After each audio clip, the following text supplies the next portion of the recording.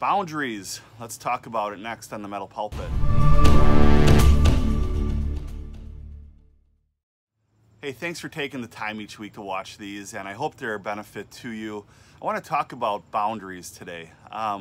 This is something that I've found more and more to be a necessity in my life as a pastor, as somebody who puts myself out there. Maybe you find yourself in that same situation. Maybe you are a pastor or a staff pastor or just somebody that gives. I guess really somebody that lives would be the better way to say it. If you're putting yourself out there, you have to set up boundaries. And it's so important because, you know, we will always have that next ministry project. We will always have that next thing, that next person to help with.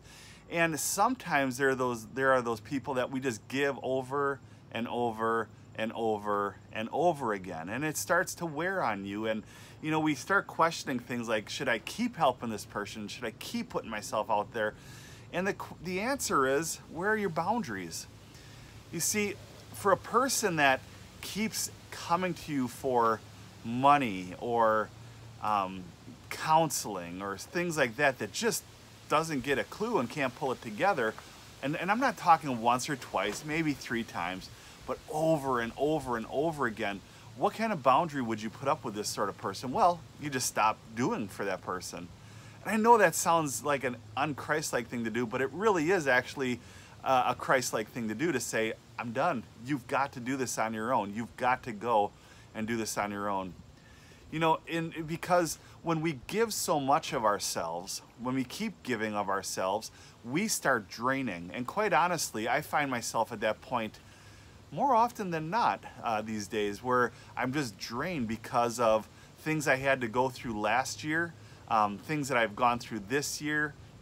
And quite honestly, it would be nice, and it is nice, to see a favor return, for people to help you out in return because you've given so much of yourself. Back in 2014, there was a person that went through a horrific medical crisis in their life. Her and her husband had to do with her. And I was at the hospital every day, just about all day, until things took a turn, and for the better. But I found myself literally like getting weepy, getting tired. And I had one person that doesn't even go to the church I pastor say, you know what, you're giving an awful lot here. Has anyone prayed with you? I said, no.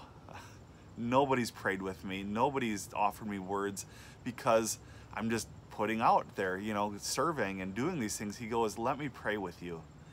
And I have to tell you, that moment, such a burden was lifted off of me. Such a refreshing was taking place in my life. But those days are few and far between. You see, sometimes people want to give back, but and if you're a pastor or you're a staff pastor, they give back to the church, okay? Now, we're forever grateful for that, but when they're giving back to the church saying, man, thank you so much, what can I do for the church? Well, you can do many, many different things, but that's not the same as doing something for you. And there is a difference there. Giving back to the church, that's great, but sometimes us that are ministry leaders, that are on staff at churches, that are in parachurch ministries, in so many different ways that we're giving, to give back to, for a person to give back to that organization isn't necessarily really actually giving back to you. So you have to find fulfillment somewhere. You have to put a boundary somewhere and say, I'm not going to keep doing that. I can't. I can't keep trucking this way. And it's important for you to understand that. Boundaries are a super biblical principle to put up in your life. The Apostle Paul said, hey, for those of you that keep coming for money, money, money, money, money, and you keep wanting more, more, more, more, more, no, if you don't work, you don't eat. There was a simple Paul principle right there. And, you know, we often hear the phrase, those who help themselves, God helps those who help themselves. Well, that's not a scriptural, that's not even a scripture in the Bible, but it is a good concept, and it's something that we need to hold to. And so I'm going to ask you today, what boundaries are you holding to in your own life? where you're going to say, I am not going to keep putting out myself out there because I need to take care of myself. I need to take care of what I'm doing. I need to take care of my family. I need to do this. I need to do that. And it's an important thing to think about. It's hard. The #1 best-selling Christian book back in the 90s was a book called Boundaries.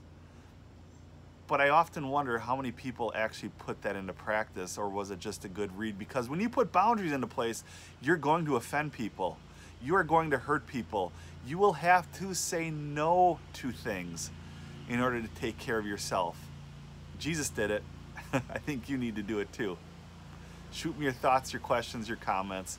PastorBobAdams@gmail.com. Thanks. Bye.